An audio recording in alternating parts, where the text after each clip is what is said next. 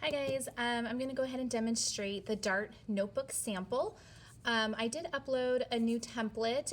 If you have the old one printed out, that one works great as well. Really the only difference is that this guy has one dart at the bust area and the old template has a dart at the bust and the waist. But I like this one because I drafted it on Tech computer software, so it's a little more official because it has a little drill hole here. And speaking of drill hole, I want to go over some vocabulary words relating to the dart. So this right now, in case you haven't figured that out, this area is the dart. This line right here is one of the dart legs, and this is the other dart leg. And the two dart legs meet at the dart point.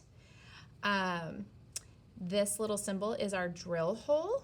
This is a way to mark the dart point on our fabric. All this space right here is basically going to be seam allowance. We won't see it once we wear the garment.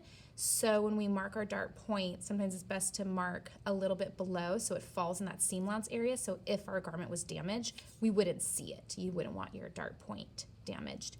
And essentially with the dart, we're going to take one dart leg and sew it to the other dart leg. See if I can kind of show you the paper what that will look like. And when I do that, do you see how now my pattern, it's kind of three-dimensional now. I don't know if that really shows clearly on camera or not, but it just, the darts, they just take a flat 2D shape and they bring kind of life to it. So now it's like round. So this could go over somebody's body. Also, another thing, did you notice this weird triangular shape?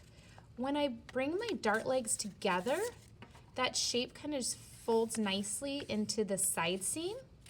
If I were to flip it the other way, let's see if I can do that. It kind of sticks out a little bit.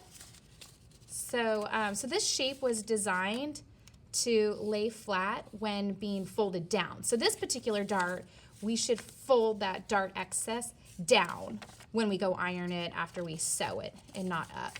And that's just the way the pattern maker drafted this particular dart. Okay, so that really takes care of vocab. So there's a centerfold line, we have a grain line. So get your swatch of fabric and fold it, and you're gonna go ahead and line it up on the fold line, pin it and cut it out, and then I'll go over on how to mark the dart legs after you cut out your pattern.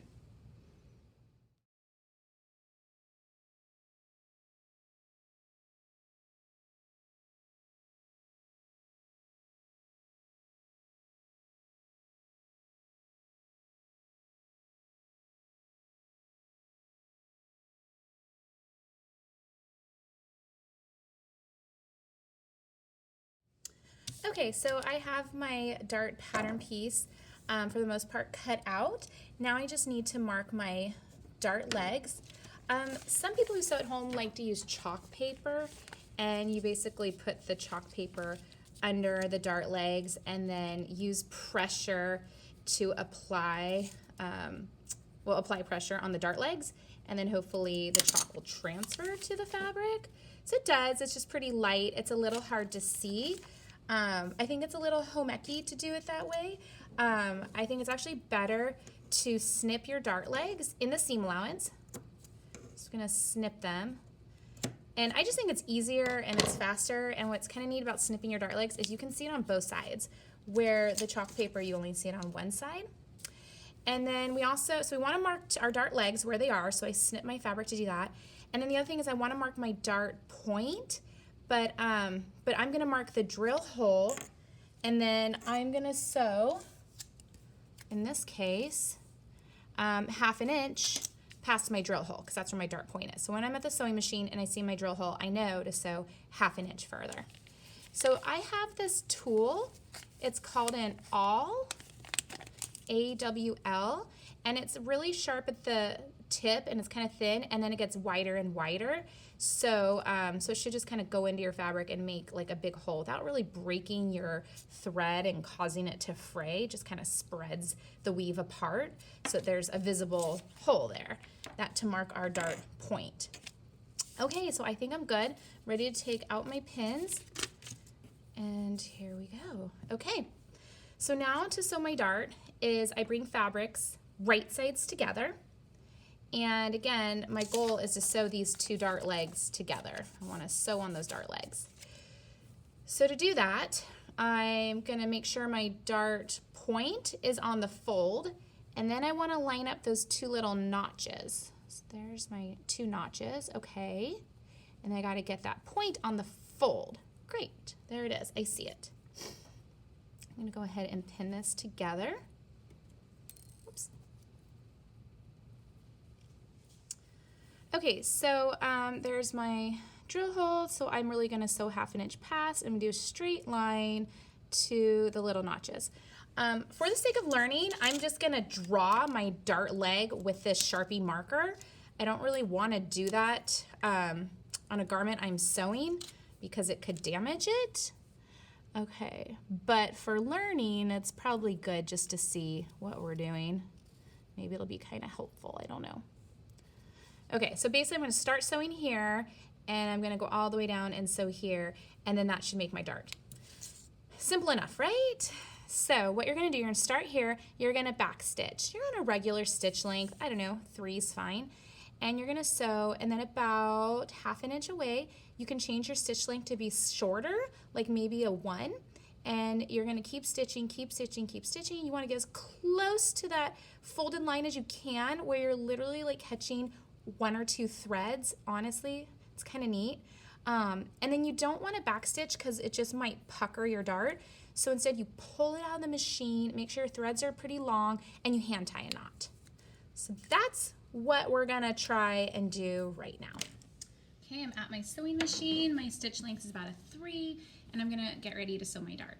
Now, if you did not want to draw on your garment with a black Sharpie marker, but you still want that guide to help you, you can pull out your top thread, line up your dart right under your machine. I'm gonna actually put my needle down, and then you can hold your top thread 1/2 inch past your drill hole, and then kind of use that as a guide to sew a straight line too. So that's kind of a neat little trick. I'm going to put my presser foot down. I'm going to remove my first pin, and I'm going to go ahead and sew and back stitch a little. And back stitch. Okay, cool. All right, I don't really need this bit, so I have my line. I'm going to go ahead and sew. I'm just sewing my dart. Okay, so I'm pretty close to the end. Now might be a good time to go ahead and change my stitch length to be shorter. So I'm moving it down just to a 1. And I can keep sewing with the foot pedal if I want, but as I get to the end, I really want to start sewing with my hand wheel just to make sure that I'm getting really close to the fold. I kind of want to lift that up. Can you guys see? You know what, I'm going to see if I can move the camera. You see how close I am to the fold? I'm going to go ahead and try to get even closer, believe it or not, for a couple more stitches.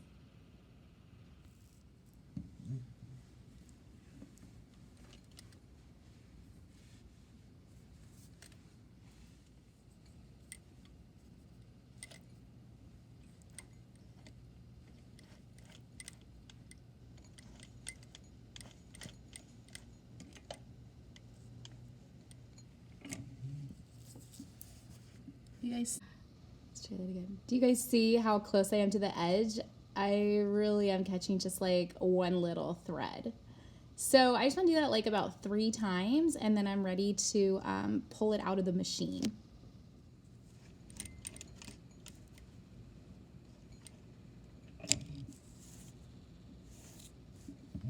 Okay, I think I'm done. So I'm going to make sure my take up lever is in the highest position. I'm going to press open my presser foot, and I'm going to pull my fabric towards the back. And I really want this thread to be kind of long, because I'm going to hand tie a knot. There we go. Get my 2 threads here.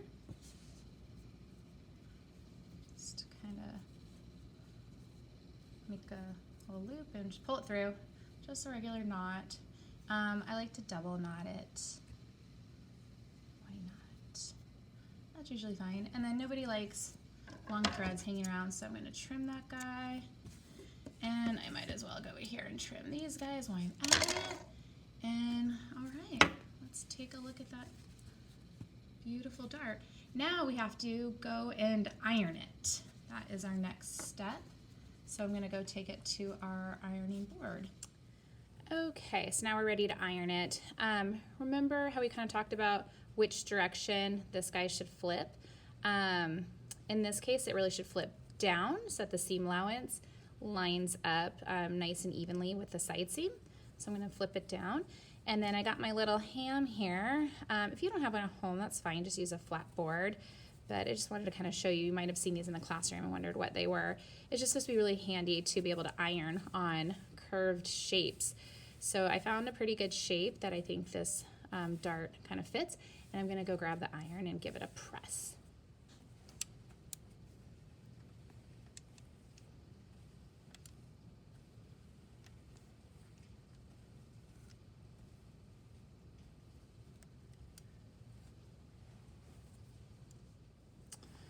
Okay, great. It's been ironed, and yeah, now I have a little three-dimensional garment. It's so smooth. I mean, obviously I don't like the black Sharpie, but we just did that because we were learning.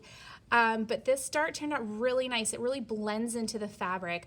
I think the problem you want to avoid is like a weird pucker at the end, which is super common. I really challenge you, go look in your closets and look for garments that have these darts, and you might have several that have that pucker because we spent some extra time making sure that, you know, our stitch was small and then we got extra close to the edge of the fold, and then we hand tied the knot.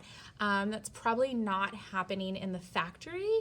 So this is definitely a higher quality dart that we sewed. But yeah, so anyways, now you get to sew the other side, and yeah, let me know if you have any questions.